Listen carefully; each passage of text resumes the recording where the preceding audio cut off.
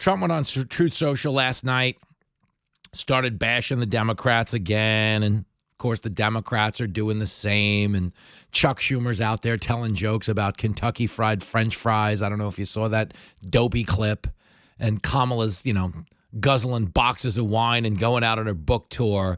It's just such a bad all-around look for the country.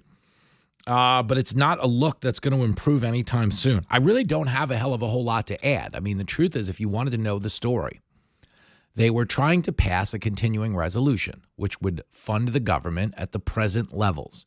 Now, the CR they were passing, that's what they call that continuing resolution, is the same one they've passed the last 13 times they needed to fund the government, meaning 13 times in a row, they have kept spending at the levels of the Biden administration. That is financial lunacy. So the reason I don't get jazzed up for this story is, listen, if you're just a guy who gets people mad at one political party for a living, this is a great time to be you.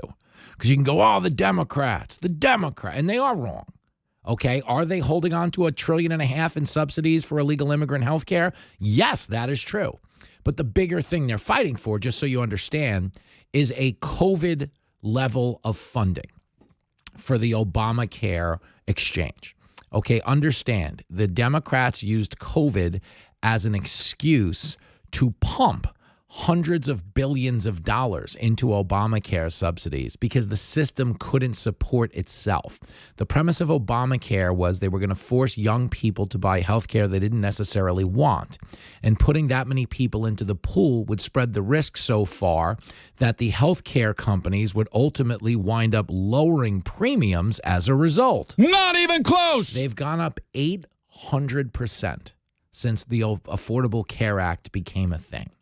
I always said this when I was a cab driver, and you've heard me say this on this show 1,000 times. They never should have called it Obamacare because Obamacare just made it about Obama. Well, I don't like Obama and Obamacare. It's his health care. I don't like him. I don't like the health care. But that didn't really help you inform people. It didn't really give the perspective of just how dangerous and damaging this attempted single-payer health care was. Because calling it Obamacare does nothing to highlight the ineptitude of the bill. Calling it the Affordable Care Act and comparing it to the rising premiums everyone has experienced since it went into effect would really show you the true failure of what this bill was. You understand, the average person's healthcare premiums are so high, like their deductible if they need to use it and get care, that you're better off crashing your car and claiming you got the flu in the car accident instead. Seriously, if you have the Cadillac plan of Obamacare, you got a $3,000 deductible. Folks, if I get sick tonight, Geico's only charging me $500 for the deductible, Exactly. Yeah, apparently there were germs all over the wall, Geico. Can you get me some flu meds? No, I'm not saying you should do that. It would be insurance fraud. But the fact that economics put us in this position of even having that as a hypothetical point means the bill itself is a failure. He knows what he's talking about. So, yes, I'm down on the Democrats for holding the whole country hostage over subsidies for migrants and subsidies for the Obamacare exchange.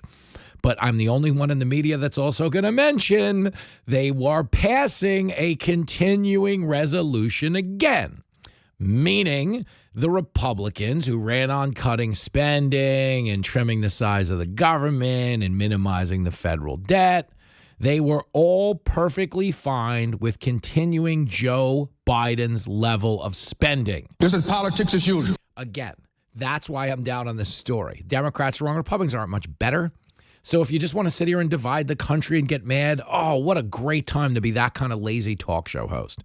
But if you want to have a real conversation, then yeah, okay, there's a lot of blame to put out there. If the government was shut down right now because the Republicans were doing something with entitlement reform and getting some fraud off the books and some ineptitude out of our government, and they were cutting $2 trillion in spending, I would love a government shutdown. But as it stands, the government shut down because all the Republicans wanted to do was keep up the Biden-era level of spending, and now the Democrats, who've been on board with doing that 12 times in a row, are saying no because they want increased subsidies. So the one attempt the Republicans are making to trim spending is in eliminating the Obamacare subsidies and getting rid of the provision that was allowing illegal migrants to $1.5 trillion in health care benefits.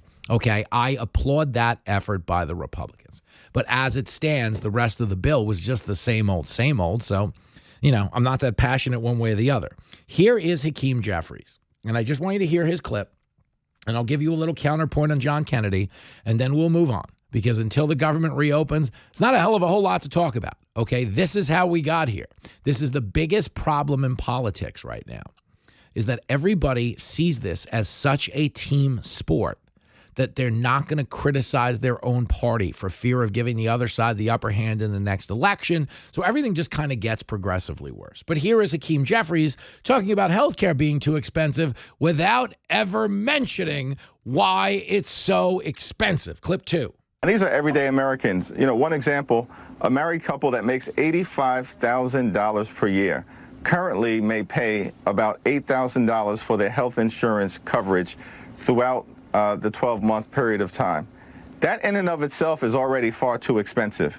But that couple that makes $85,000 a year could see their premiums increase to $24,000 a year. There is no way they can afford that. They're going to lose their coverage or be forced into medical bankruptcy. And as a result, if tragedy strikes, if illness strikes, if they face a significant health care situation, they're not going to be able to receive the treatment or the care that they need for themselves, for their family, for their children, and people are going to die as a result of this. That's why Democrats are fighting hard and standing up. Oh, come on. Come on, don't bullshit me. Okay, listen. Everything he says, which could absolutely be true about an $8,000 premium becoming a $24,000 premium, what they're not telling you and what he's not owning up to is why that reality exists for families. Okay, that $8,000 premium becomes a $24,000 premium because the Democrats passed a bill that was entirely predicated on the government just paying for everybody's health care.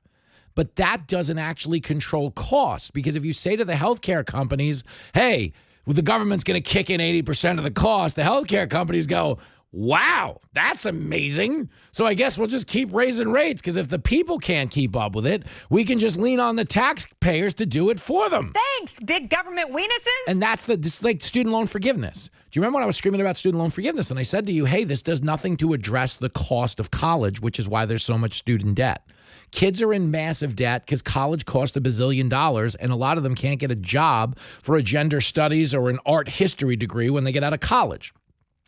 But if you go out to the colleges and go, don't worry, okay, we're going to make the government pay off some of this stuff, the debt doesn't actually get erased. It just gets passed on to people who didn't take it out in the first place. So the scam of Obamacare was they're going to make health care affordable. But how is it going to become affordable? Are they going to drive competition and force that into the marketplace? Okay. And, incentivize innovation and cheaper, more efficient health care at a better price. Is that what we're going to do? The answer would be no. No, the answer would be no. Their answer to making it more affordable was not to let the free market force companies to compete for your health care dollar. Their answer was to have the government put their thumb on the scale, pay the vast majority of the cost, which thus makes it cheaper for the consumer. But along the way, if the government's stepping up and saying, I'll pay the cost, and the healthcare has that guaranteed dollar coming in, then they have not been incentivized in any way, shape, or form to provide you with cheaper or more efficient care. That's stupid. Use your common sense. There was no common sense because Obamacare was his signature domestic achievement. And the media covered Obama like Queen Elizabeth. You don't want to criticize Queen Elizabeth because you'll lose access to Buckingham Palace. Then you don't get to go to those hot events where they're out on the balcony waving and muffy and stuffy, or driving around in a horse and carriage, with all kinds of gold embossery. And you don't get to cover it because you said the Queen farted at Taco Bell. Weird things. But the point is, that was the Obama administration. The media would not criticize this man because they wanted to be in the good graces of what was our Queen of England. And that's why when he gave $50 billion in cash assets to Iran, the biggest state sponsor of terrorism in the world, okay, the media cheered it on. Like, this is amazing stuff. Meanwhile, back at the ranch, Iran is funding every single terror attack against us and our allies in that region because of all the money he gave them. I don't see you doing any better in the booty department. And then it got worse because when Biden succeeded Trump, he removed all the oil sanctions. And Iran went from $3 billion in oil reserves to $100 billion in oil reserves. So the people who wanted to blow us up didn't have the money to do it under Trump. Biden gets into office, gets us back into the Iranian nuclear deal. And what does Iran basically say? Well, we're moving on now. They're rich again. We got money. And here we are on October 7th, 2 years removed from those attacks. Who do you think funds all this crap over there in the Middle East? Iran. But nobody wanted to criticize it. So if you wanted an honest discussion, we are in this shutdown because Obamacare was a garbage bill. I know there's a lot of people listening who got subsidized coverage, which made it more affordable for you, which is great. But it made it less affordable for everybody else because our healthcare premiums have gone up 800%. Mine was so expensive. When Lincoln was born, we were on a program called Healthy New York. Predates Obamacare. He was born in November of 2008. Obamacare was sworn in January of 2009. Okay, but lo and behold, he was on subsidized healthcare. We didn't have healthcare. I was a cab driver. Jenny was out of work at the time. Okay, but we started paying for it out of pocket. And what happened is our premiums got so wildly blown out of proportion that by the time Jenny needed her appendix out, because of the size of our deductible, it was cheaper to drop our health care and pay for the surgery out of pocket than it was to continue to pay the premium and the copay and then get the surgery done. So it was literally like I'm the guy on the other side of that coin. And for everybody out there who's struggling to pay for health, I get it. And I want you to have access to it. But it would be cheaper for you, me, and anyone else listening to this conversation if the free markets dictated the cost and quality of healthcare. They don't do that when the government has its thumb on the scale. Government is not the solution to our problem. Government is the problem.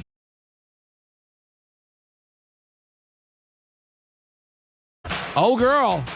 Half radio host, half TV host, part ticket broker. It's Fox Across America with Jimmy Fallon. I'm selling Brian Brenberg Yankee tickets for a game that might not happen. You talk about capitalism. Now, the nice thing, guys, is if you're around the tri-state area rooting for the New York Yankees and you bought tickets to see them tomorrow night, you do get your money back if they don't win tonight. But the other problem is... they pay you in hot dog vouchers, though. You get your money back in hot dog vouchers. That would be so funny. They fine print you on that. They can't. They actually have to give you your money back because Yankee fans are going to riot if they get swept tonight. That's a lot going on. I have been in that stadium on big nights where they have collapsed, and I can affirm this. You have been there with your son and my son for Game 5 of the World Series, where we watched 5 of the greatest innings that have ever been played in that stadium. And then in the 5th inning, the Yankees self-immolated, let up like 7 runs and blew the World Series. But as you can attest, the swing and the vibe was so insane because for 5 innings, it was like euphoria. My gosh. I mean, where I was in left field, I was in the bleachers. You were by the first base side, but I'm sure your experience is similar to mine. Everybody was like so jubilant and nuts. It was, I always say this to people, it was New Year's Eve before and after midnight. Yeah. Before midnight, everybody's dancing, doing shots, high-fiving, cheering at everything, laughing at everything. After midnight, they're crying, throwing up, and dumping each other. And it was New Year's Eve at like 12:50 a.m. If you were still in the bar, the only people left are crying, puking, or breaking up. And that was the Yankee Stadium bleachers.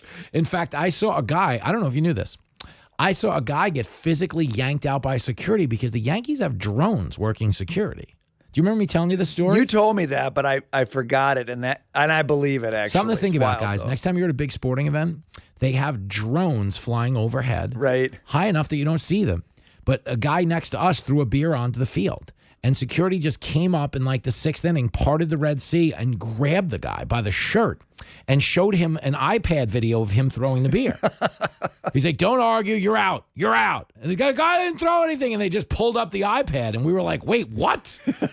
So then I had to like tap. Like you're sitting there posed like Fran Tarkenton, right? You're like, no, I was going to drink that. No, I was not going to throw that on the field. It slipped out of my hand. It was a fumble. You can't throw me out for a fumble. Yeah, come on. I didn't get a foot down and make a football move. It wasn't a catch. So I actually I tapped the security guard. I was like, you weren't by chance filming in the 3rd inning, were you? Because I'm just gonna self-deport if that was the case. Brian Brenberg's here. We're talking sports. This started, Jim Jordan was on earlier. We're talking about the shutdown. Yeah. I'm like, I don't want to talk about the shutdown. So I was talking to him about Joe Flacco getting traded to the Bengals. Okay. But he pivoted to Lincoln because Jim Jordan always asks about Lincoln. He's always pushing strength training and everything like that. I'm sure, of course. So I was telling you off the air, the Clark Rams had their biggest win in program history this past weekend, down 18 against the undefeated defending Long Island champ Wantua Warriors, who I have great respect for because they are one of two schools in the state fighting Kathy Hochul to keep their Native American mascot. Is that right? Yeah, they're the Warriors. Good for them. Hochul's trying to take away state funding. Yeah, and the point is, you didn't call yourselves the Warriors to mock Native Americans. Jeez. That was supposed to be a cool mascot. The Warriors. How is that even controversial? That's what I mean. And if they called you a Native American mascot, they weren't doing it to mock themselves as they ran onto the field. Like, hey, look at us, bunch of dopes. Yeah. No, they thought it was badass. They thought it was cool. Come on. So they're fighting Hochul to hold on to their mascot, but they will not hold on to their undefeated record.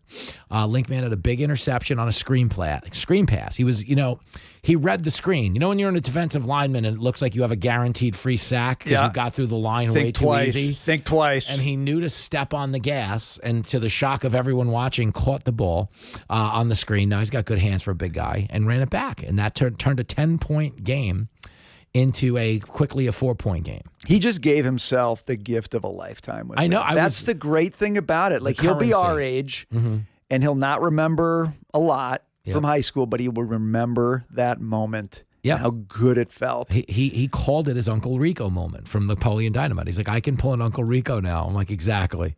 That's why you play the game, for spiritual currency.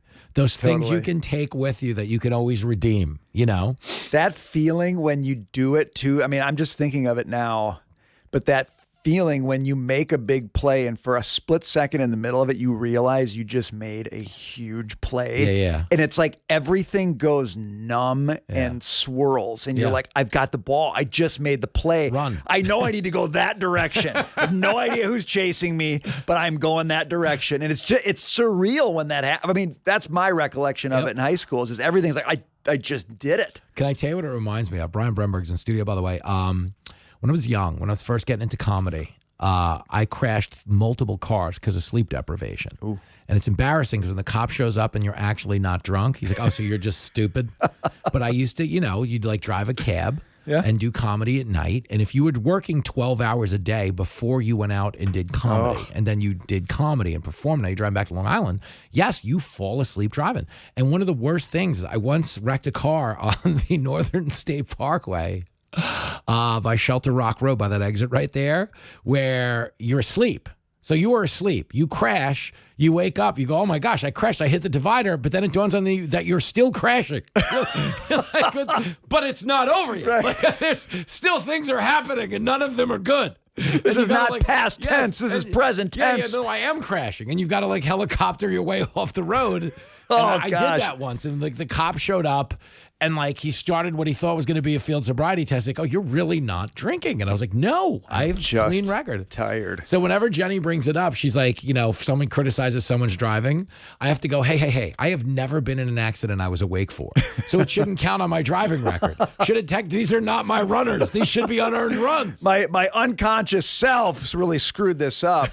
I remember that once driving, Minnesota, you get these icy roads, and I remember going down the road once and just going into the slowest continual spin I've ever been in my life. I went around 3 times, but stayed right in my lane. And I'm just sitting there twirling. I can do nothing about it. I'm right in the middle of what do I do? I can't. I'm hopeless. I'm watching cars go by me and I'm just spinning.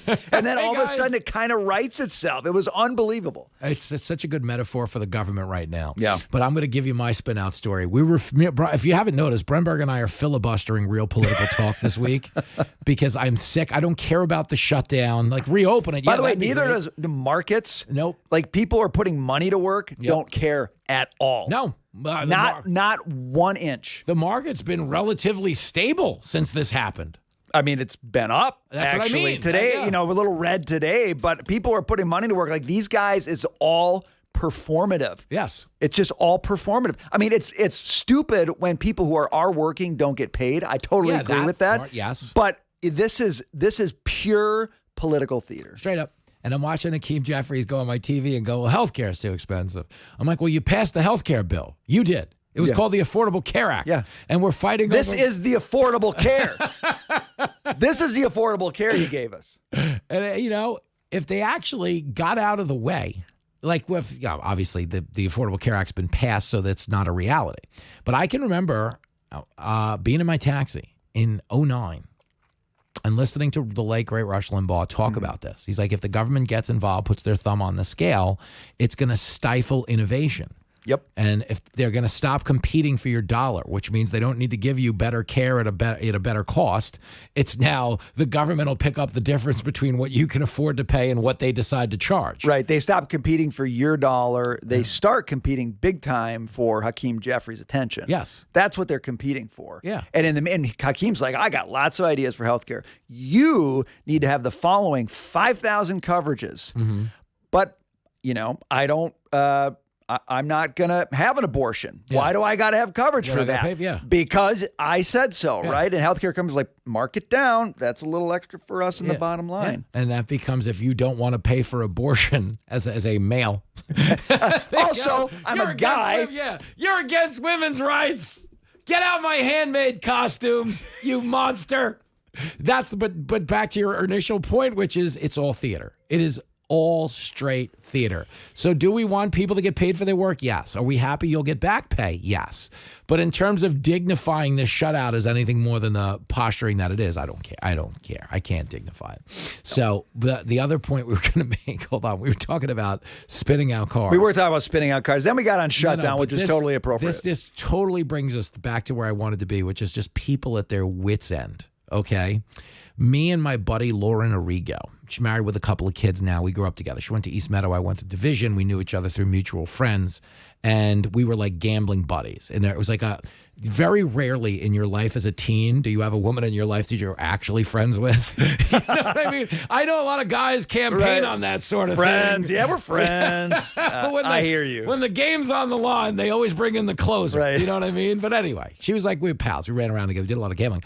One night we were driving home from the city when I live with my mom. This is 1995. Do you remember that era of Toyota Supra? Oh, yeah. Yeah. So I had one of those rounded late 90s Toyota Supras. Yes. And I lived with my mom. It was a 5-speed. We were driving home in the rain. And the Supra, I always felt that the rear on the car was too light for the amount of torque on the vehicle. And it would fishtail in any condition. Oh, really? Okay. Even with big fat tires on it. I never really felt like it had grip. And I don't know if someone listening has had a similar problem. But in this particular instance, we were driving home in the rain at a very reasonable speed. We were on an exit ramp from the highway. Okay, and we were really doing like 35 miles an hour, but the thing swung in to a series of like 7 helicopter spins. But what made it unique is we were actually wiping out construction barrels, and every time we spun, I could see a state trooper facing us because he was the car behind me. So it was pouring. So you'd see construction barrel, state trooper, construction barrel, state trooper. We did a series of helicopters, ended up on the side of the road. You know who'd never stopped? The state trooper. So he was probably like at the end of the shift, it was like, I'm not getting out in the rain. These guys didn't get hurt. They're on the side of the road. He's like, if anything, I'm doing him a favor because he's probably drunk, so I'm saving this kid. I'm not going to help you, but I'm saving you. And the guy just kept driving. It was very much the...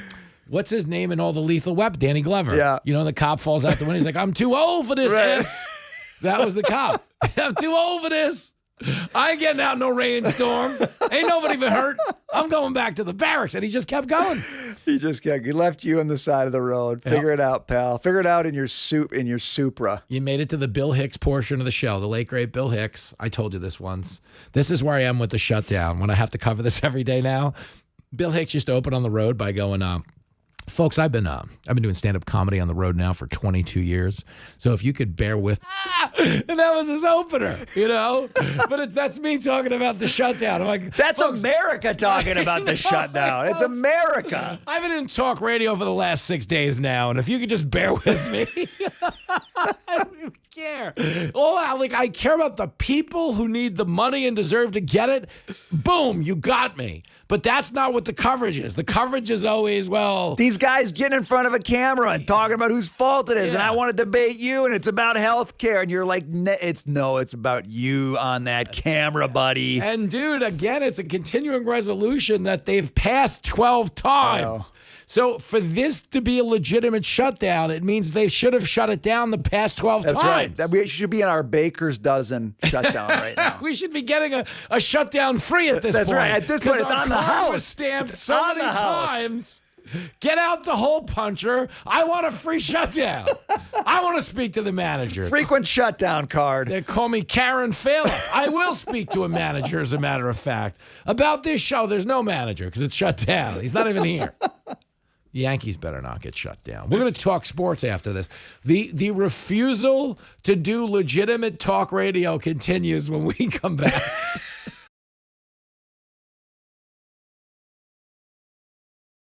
And I want to talk about CBS for 1 second, and then we're going to get to Kamala. Mike, did you guys grab that Kamala clip, by the way?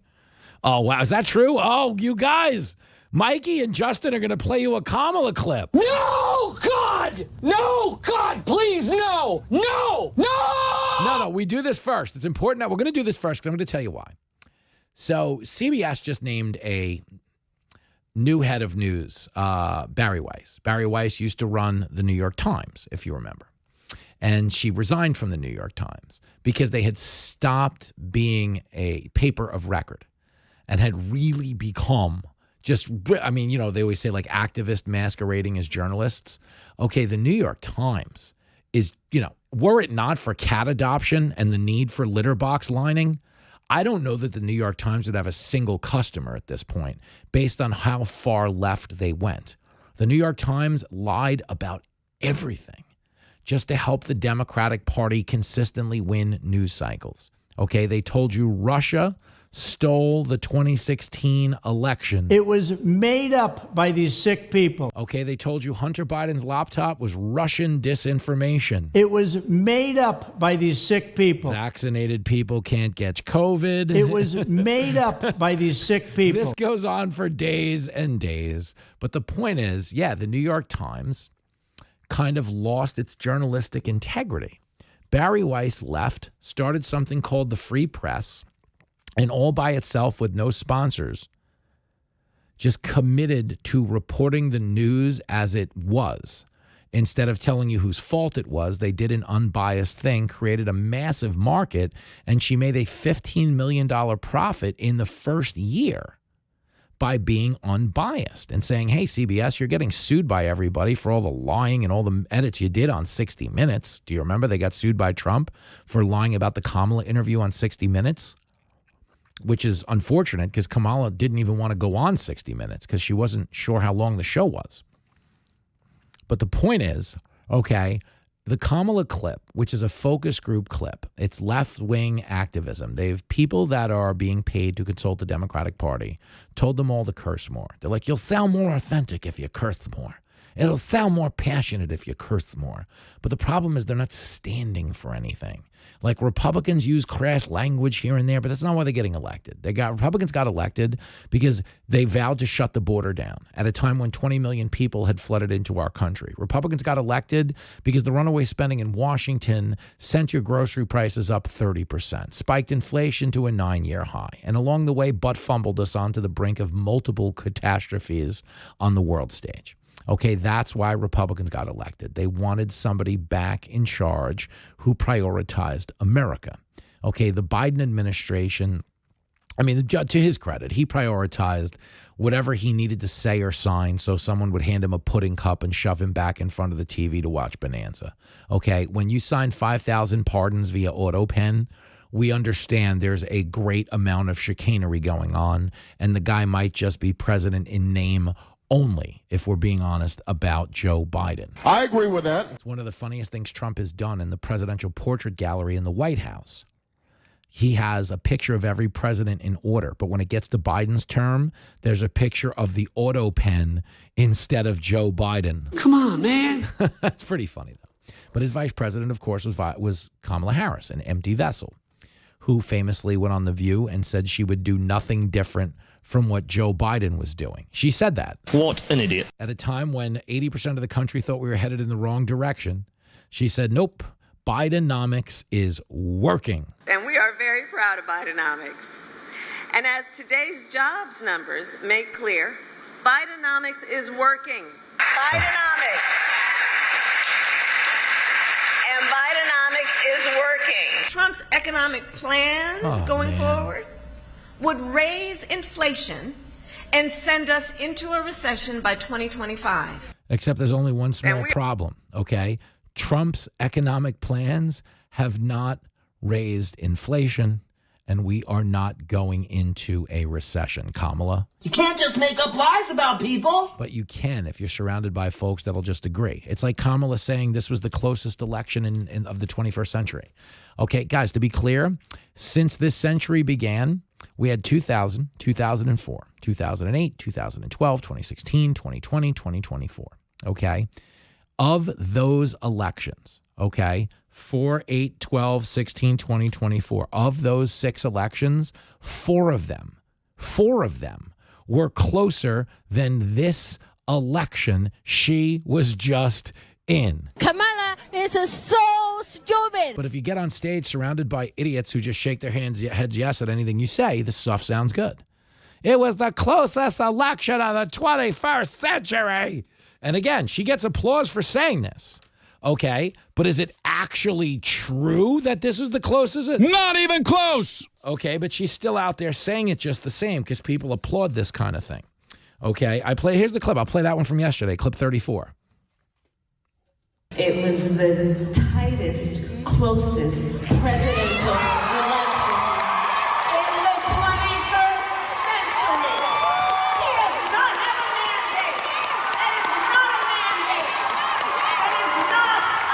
mandate. It is not a mandate. It's so, like, Oh, shut up, woman. I don't even know what to do, but they're cheering.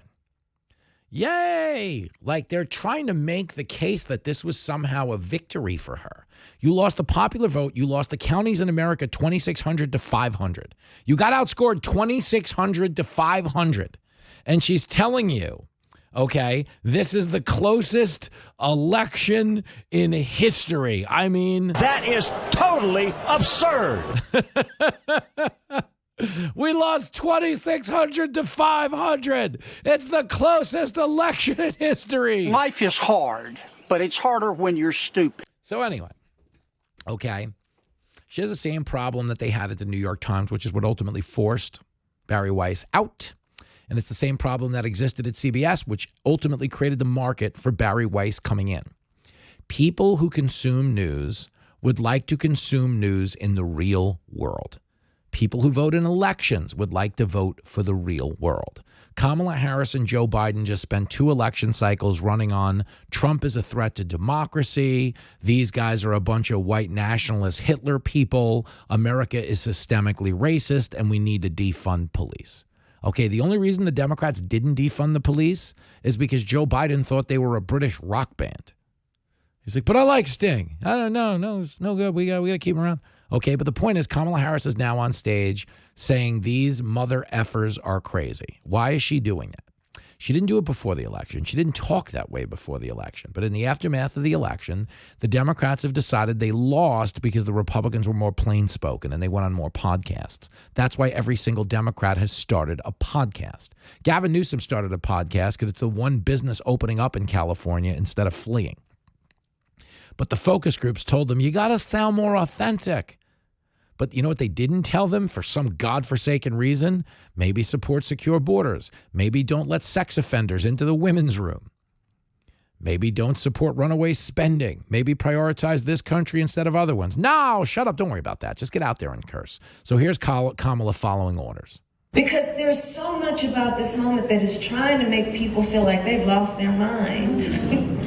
When in fact, these So that's Kamala. These mother effers are crazy. And that's, no, they lost their minds. These mother effers are crazy. You suck, you jackass. Okay, because that's not going to win anybody over. And nobody believes it's true. Okay, think about the comparison we're having here. They're saying Republicans lost their minds because Trump is trying to lower the murder rate in a lot of Democratic-run cities by sending in the troops. Saying Republicans lost their mind because Trump secured the southern border. It's the lowest recorded number of border crossings since 1970. Okay, they're saying we lost our mind because we're trying to negotiate a peace deal in the Middle East. They're saying we lost our mind because tariffs are forcing manufacturing jobs back into America.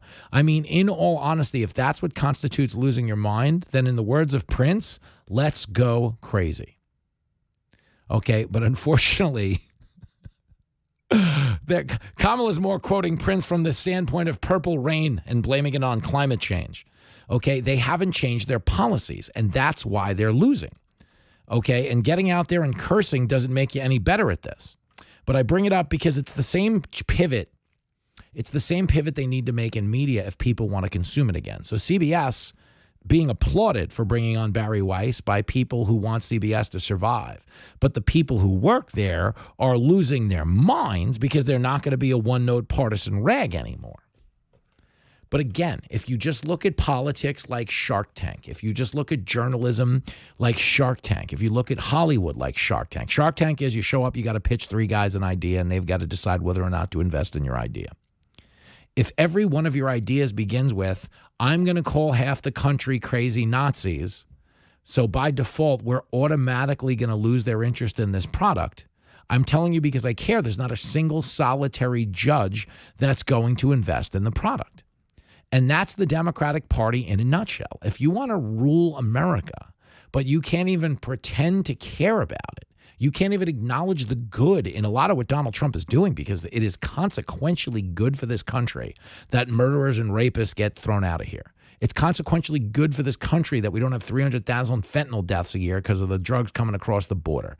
Consequentially good for this country that we end all these armed conflicts around the globe. And, oh, yeah, if tariffs bring a couple of manufacturing jobs back, there's no way that hurts us. Okay, and if you've got to oppose every single one of those things like it's a civil rights die-in, okay, then at some point you lose the room because they see you're acting. Okay, and that is absolutely the case for Kamala Harris. Every time she gets in front of a microphone, you can see that she's acting. Okay, unfortunately, nobody told her to act sober.